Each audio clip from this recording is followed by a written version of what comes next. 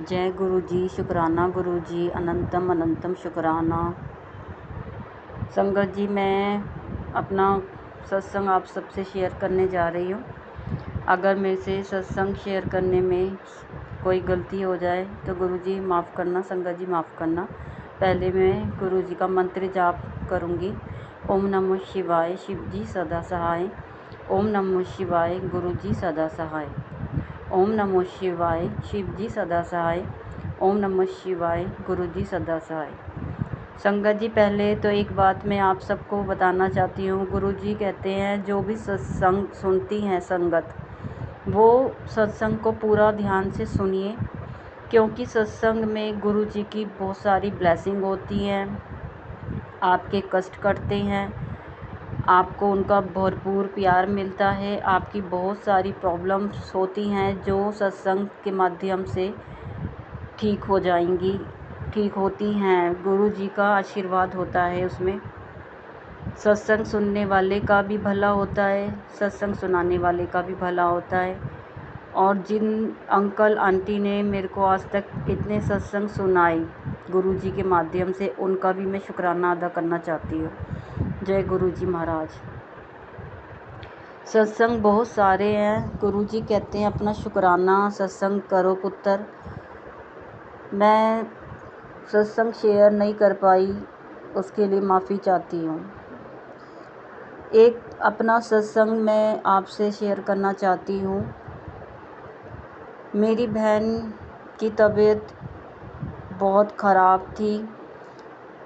मेरी शादी के बाद से ही उसको दिक्कत बढ़ती चली गई। कभी उसको बीपी डाउन हो जाता था, कभी बुखार, कभी खांसी जुकाम, कभी वॉमिटिंग। मुझे समझ ही नहीं आता था उसे क्या हो गया है। मेरे को लगता है ये बीमार हो गई है, ये डिप्रेशन हो गया इसे, या फिर इसके ससुराल वालों ने कुछ गलत करा इसके साथ, या वो ससुराल वालों से परेशान है, क्योंकि उसकी सास भी उसे पसंद नहीं करती थी, नंद भी खास पसंद नहीं करती थी। ऐसे करते करते मेरी बहन बहुत अच्छे घर में गई थी। बहुत ही अच्छा घर मिला था उसे गुरुदेव की कृपा से। बहुत पैसे वाले लोग थे वो। ये सब भी गुरु जी की देन थी जो इतना अच्छा परिवार उसे मिला। मगर कहते हैं परिवार में कोई ना कोई ऐसा होता है जो पसंद नहीं करता है बहू के रूप में, वो बेटी के रूप में तो उसे कभी भी स्वीकार नहीं करते। कई परिवार ऐसे होते हैं। तो उसकी फैमिली में उसकी सास और उसकी जो इन लॉज है, वो उनकी नंद छोटी वाली, उसको पसंद नहीं करते थे। फिर कुछ टाइम बाद मेरी सिस्टर ने एक बहुत प्यारी बेटी को जन्म दिया। बेटी हो गई तो उनकी सासू माँ को पसंद नहीं आया कि बेटी की हुई, बेटा होना चाहिए था। मगर उसमें भी गुरु जी ने दिया उनको। कहते हैं बेटी हो बेटा हो कोई फ़र्क नहीं है, मेरे लिए सब बराबर है। मगर आजकल कुछ लोग बेटा बेटा करते हैं, तो ऐसा नहीं सोचना चाहिए। जो भी हमें दिया परमात्मा ने, उसका शुक्र अदा हमें करना चाहिए। ऐसा हो जाए वैसा हो जाए, हमें ऐसा कभी सोचना ही नहीं चाहिए। जो परमात्मा आपको देता है उसे खुशी खुशी स्वीकार करो और उसका शुक्राना परमात्मा का अदा करो कि हे मेरे गुरु महाराज, हे मेरे परमात्मा, आपने जो भी दिया है बहुत अच्छा दिया, उसका शुक्राना हम आपको करते हैं। तो बेटी हो गई, कोई बात नहीं, प्यार मिलता था मगर इतना नहीं मिलता था। उनके ससुर बहुत प्यार करते थे, उसके पापा भी बहुत प्यार करते थे। मेरी बहन ने बहुत अच्छी परवरिश करी। मेरी बहन छोटी सी डॉटर जो उसकी बहुत प्यारी हुई थी। तो फिर कुछ साल सब कुछ ठीक चला, मगर शादी के 5-6 साल बाद उसको घर में बहुत लड़ाई झगड़े होने लग गए। और क्यों होने लग गए हमें समझ नहीं आता। मतलब वो घर से उसने अपना घर भी छोड़ दिया। एक रात, दिवाली की रात थी, उसकी सास ने इतना कलेश करा घर में, इतना कलेश करा कि वो घर छोड़ने को मजबूर हो गई। वो सब रात को बहुत दूर पता नहीं कहाँ कहाँ भटकते रहे। दिवाली इतना अच्छा पवित्र त्यौहार है हमारे हिंदुओं का, इतनी धूमधाम से मनाया जाता है। उसकी सास के दिमाग में कोई नेगेटिविटी थी, क्या था, उसने बहुत लड़ाई करी मेरी बहन से। वो बहुत परेशान हुई, बहुत रोई वो अपनी बेटी और ससुर के साथ। और उसके पापा भी रात को पता नहीं कहाँ इधर उधर सड़कों पे लोग जश्न मना रहे थे, वो कहाँ इधर उधर घूमते रहे। फिर उसके अपने ससुर से बोला कि मुझे इस घर में नहीं रहना है, इतनी कलेश में मैं नहीं रह सकती, मैंने बहुत सहन कर लिया, आगे मैं सहन नहीं कर पाऊँगी। वो इतना थक गई थी, इतना परेशान हो गई थी कि मैं इस परिवार की सेवा दिल से कर रही हूँ, पूरे परिवार का ध्यान रख रही हूँ, पूजा पाठ करती हूँ, टाइम से सबका काम करती हूँ, अपने दैनिक रूटीन जो हमारा काम होता है सबका ध्यान रखना, ससुर का, पति का, सास का, बच्चे, हर किसी का वो ध्यान रखती थी। बहुत अच्छी थी मेरी बहन, मगर शायद उसकी सास ने कभी दिल से एक्सेप्ट उसे नहीं करा। तो उसने अपने ससुर से बोला कि मेरे को, डैडी कहती थी, डैडी मेरे को यहाँ पे नहीं रहना, मैं बहुत परेशान हो गई इस घर में। उसके डैडी बहुत उसे दिल से बेटी मानते थे, बहू नहीं मानते थे। उन्होंने कहा ठीक है, तू परेशान मत हो, मैं तेरे को नया कोई घर देखता हूँ किराए पे, तू वहाँ पे रह ले, अपने परिवार को ले जा, अपने पति को, बच्चे को ले जा, वहाँ पे रह उनके साथ। फिर वो अपना किराए के मकान पे रहने लग गई। मगर मुझे तो पता नहीं था कि उसके साथ दिक्कत क्या है, वो भी मैं आपको सत्संग में बताऊंगी। वहाँ पे कुछ साल वो रही, अकेली रहती थी, पति काम पे चले जाते थे और उसके साथ पता नहीं पीछे से क्या होता था उसकी बॉडी में कि वो धीरे धीरे धीरे धीरे बीमारियों का शिकार होती चली गई। लड़की स्कूल चली जाती थी, पति काम पे चले जाते थे हस्बैंड उनके, और वो सारा दिन घर में अकेली, और धीरे धीरे उसका पूजा पाठ सब कुछ बंद हो गया, बिल्कुल वो बेड पे आ गई। इतनी उसकी तबीयत ख़राब रहती थी कि मेरी मम्मी 3-4 साल उसके घर इतना जाती थी कि मम्मी तबीयत ख़राब हो गई, आज जब मेरे से उठा नहीं जा रहा, आज घर में खाना नहीं बना, आज घर में सफाई नहीं हुई, समझ ही नहीं आता। कभी उल्टियाँ लग रही हैं, कभी बुखार हो रहा है, कभी पेट में दर्द हो रहा है, कभी डाइजेस्ट नहीं हो रहा है, बहुत सारा कुछ झेला उसने, बहुत कष्ट झेले, इतने कष्ट झेले, परमात्मा ऐसा कष्ट किसी को ना दे। मेरे को भी मम्मी बताती थी तेरी बहन की तबीयत सही नहीं रहती। मम्मी कई बार तो घर आती थी, जैसी उसको सब कुछ दवाई वगैरह दे के, खाना वाना बना के, उसका सारा घर का काम करके, फिर फ़ोन आ जाता था, आ जाओ, पता नहीं मेरे को क्या हो रहा है, मुझे समझ नहीं आ रहा, मैं चली जाऊंगी, मैं छोड़ के चली जाऊंगी दुनिया। कुछ समझ ही नहीं आया। करते करते करते करते उसकी हालत इतनी डाउन, उसका शरीर में कुछ भी नहीं बचा था। सालों बीतते चले गए, कई साल कष्ट में काट दिए। मेरी शादी 2013 में हुई थी और मेरी बहन 2017 में दुनिया छोड़ के चली गई परमात्मा के चरणों में। एक बार उसकी हालत इतनी ख़राब हुई, 2017 में ही मेरी मदर इन लॉ, मेरी सासू माँ की भी डेथ हो गई थी अप्रैल में, 13 अप्रैल को। भगवान ने उनको भी अपने चरणों में बुलाया, उसका भी शुक्राना मेरे प्रभु। जब मेरी सास की डेथ हुई तो मैं वैसे ही अपने आप को संभाल नहीं पा रही थी, क्योंकि हमारे परिवार का एक सदस्य भी चला जाता है तो हमारे ऊपर क्या बीतती है वो हम ही जानते हैं, दूसरा नहीं जानता। माफ़ कर देना संगत जी, इमोशनल हो रही हूँ मैं। मम्मी के जाने के बाद पता चला बहन की हालत बहुत ख़राब हो गई, बहुत ख़राब। तो मैंने कहा हे परमात्मा ये क्या हो गया। मैं बालाजी को बहुत मानती थी, हनुमान जी को मैं चालीसा पढ़ती रहती थी और उनका स्मरण बहुत करती थी, बहुत, कि बालाजी तो कुछ नहीं होने देंगे, सब ठीक हो जाएगा, कुछ नहीं होएगा। मम्मी कहती नहीं ये नहीं बचेगी, इसका बचना मुश्किल है। हमने कहाँ कहाँ नहीं धक्के खाए, सब जगह, कि कहीं से कोई आराम आ जाए। कभी पंडित से पूछ रहे हैं, कभी मौलवी से, कभी कोई जैसे माता जी हैं जिन्हें चावलों में देख के बता देती हैं, मतलब बहुत जगह हमने धक्के खा लिए अपनी बहन के लिए। तो हमें पता चला है जी कि उसके ऊपर बहुत गलत करा हुआ है किसी ने, और वो चीज़ जो उसके शरीर में छोड़ी गई थी वो बहुत गंदी चीज़ थी। वो कहती थी मैं इसे लेके जाऊंगी, मैं इसे नहीं छोड़ूंगी, मैं तो इसकी बेटी को भी लेके जाऊंगी। हमारे रोंगटे खड़े हो गए सुन के कि ये क्या है, ये चीज़ कहाँ से आई, किसने कराई, इसके ससुराल वालों ने कराया, किसने कराया, कोई पुराना कराया, शादी से पहले का। दिमाग में इतने नेगेटिव थॉट्स आए, इतने नेगेटिव, हमें तो कहीं से कोई जवाब भी नहीं मिला। बस वो जब बैठती थी, कहीं लेके जाते थे तो वहाँ पे झूलने लग जाती थी और अपने फॉर्म में आ जाती थी, गलत बोलती थी, चीखती चिल्लाती थी। वहाँ पे गुरु के दरबार में कहीं भी हम उसे जहाँ ले गए थे तो वो कहती थी मैं इसे साथ लेके जाऊँगी, मैं बहुत दूर से आई हूँ, ये मुझे बहुत अच्छी लगती है और इसको मैं नहीं छोड़ूंगी। मगर हमने कहा परमात्मा हमारे साथ हैं, कुछ नहीं होएगा। बहुत कुछ करवाया, बहुत कुछ, जैसे जिसने कहा वैसे करवाया, ऐसे उतरवा लो, ऐसा उतारा कर लो, ये कर लो, वो सब कुछ करवाया। एक टाइम ऐसे आ गया बस वो हॉस्पिटल में चली गई और वहाँ उसकी हाल इतने ख़राब आईसीयू में, शरीर तो ख़त्म हो ही चुका था ऑलमोस्ट। मगर मेरे पास फ़ोन आया मम्मी का कि ये मुझे नहीं लगता बचेगी, तू आ जा मिलने। मैंने कहा ऐसे मत बोलो, कुछ नहीं होएगा, ऊपर वाला बैठा है, मेरे बालाजी बैठे, कुछ नहीं होने देंगे। मगर मुझे क्या पता था कि उसके साथ क्या दिक्कत है। मुझे तो अपने बालाजी पे भरोसा था। उसका जब मैं गई पूरे रास्ते हनुमान चालीसा पढ़ती रही, पूरे रास्ते मैंने कहा बालाजी कुछ मत होने देना मेरी बहन को, मेरी बहन मुझे बहुत प्यारी है, बहुत प्यार करती हूँ मैं अपनी बहन से, इसको मेरे से दूर मत करना। मैं अपनी बहन को हर तरह का दोस्त मानती हूँ, भाई भी मानती हूँ, बहन भी मानती हूँ, सारे रिश्ते नाते, सबसे ज़्यादा प्यार मैं अपनी बहन से करती थी दुनिया में, माँ बाप से बढ़कर मानती थी। मैंने कहा इतना प्यारा आपने अनमोल मेरे को बहन के रूप में भेजा, मत इसे जुदा होने देना। पूरे रास्ते हनुमान चालीसा पढ़ती गई।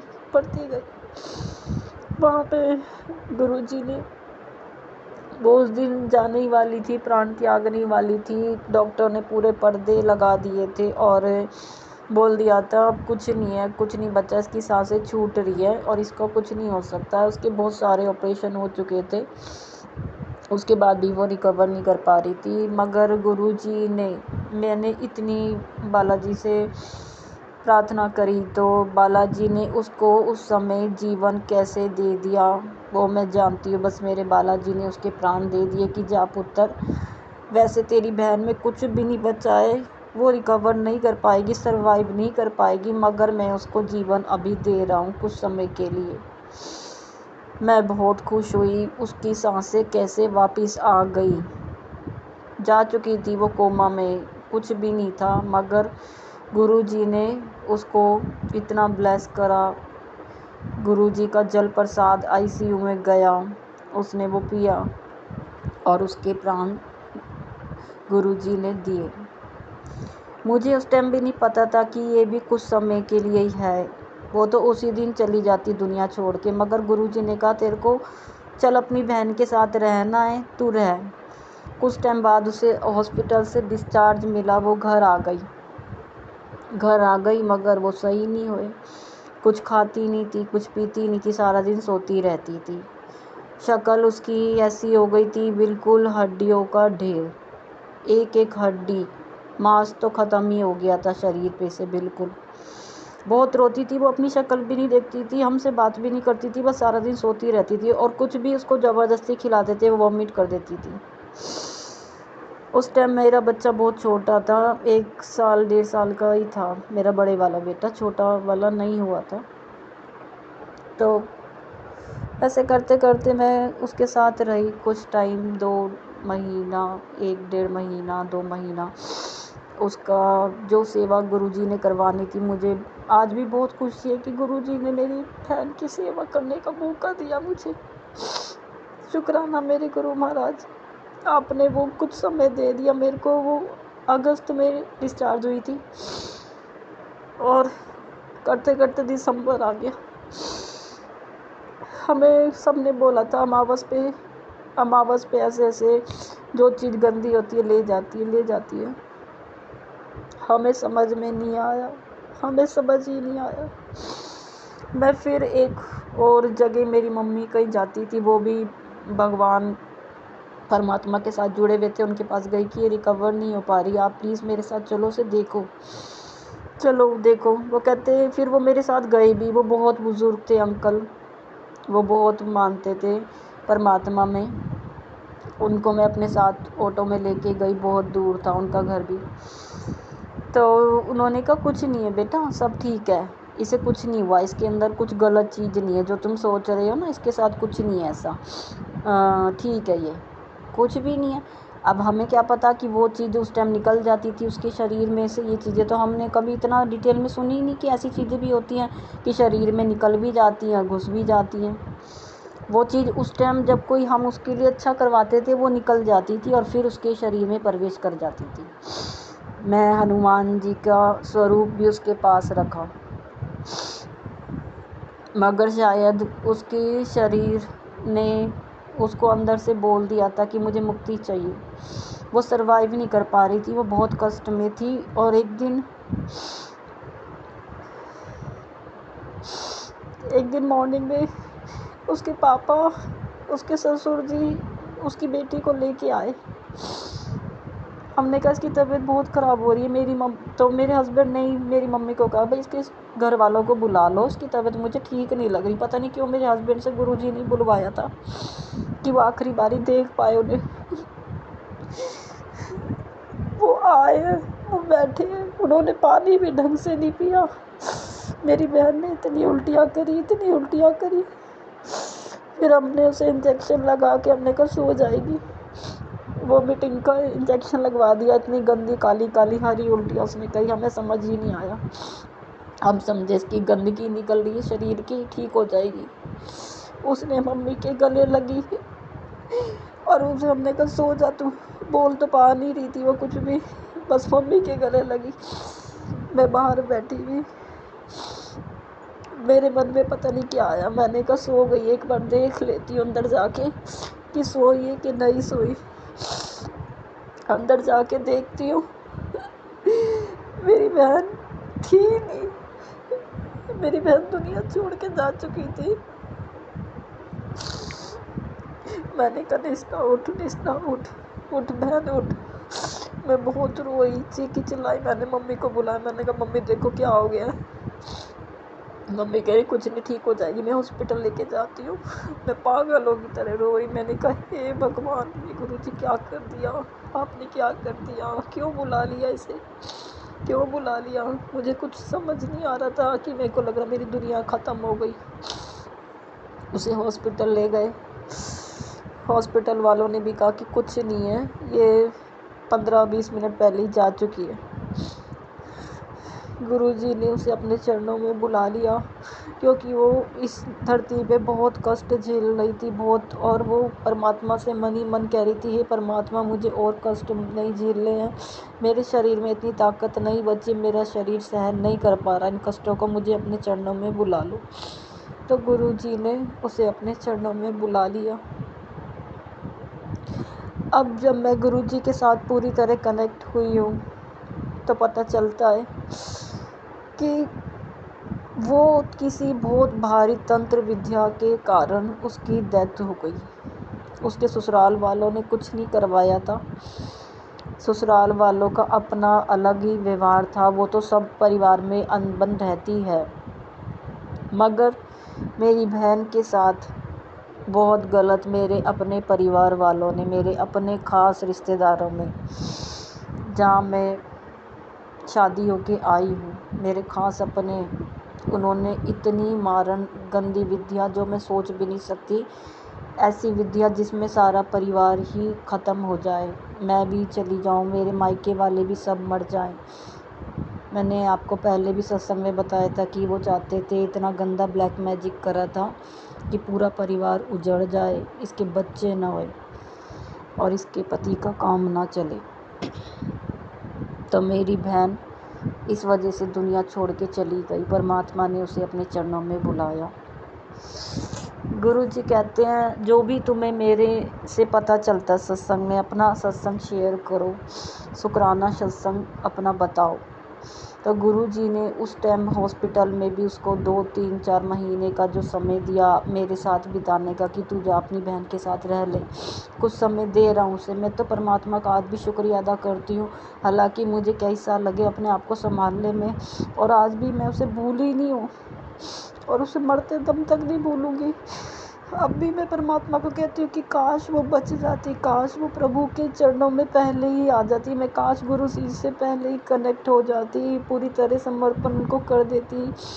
काश मम्मी ने जो गुरु जी बनाए हुए हैं मेरी, उनके चरणों में वो पहली मत्था टेक लेती तो उसका जीवन बच जाता। मगर जो परमात्मा ने सोचा होता है उसके आगे तो कुछ भी नहीं, हम सब फेल हैं।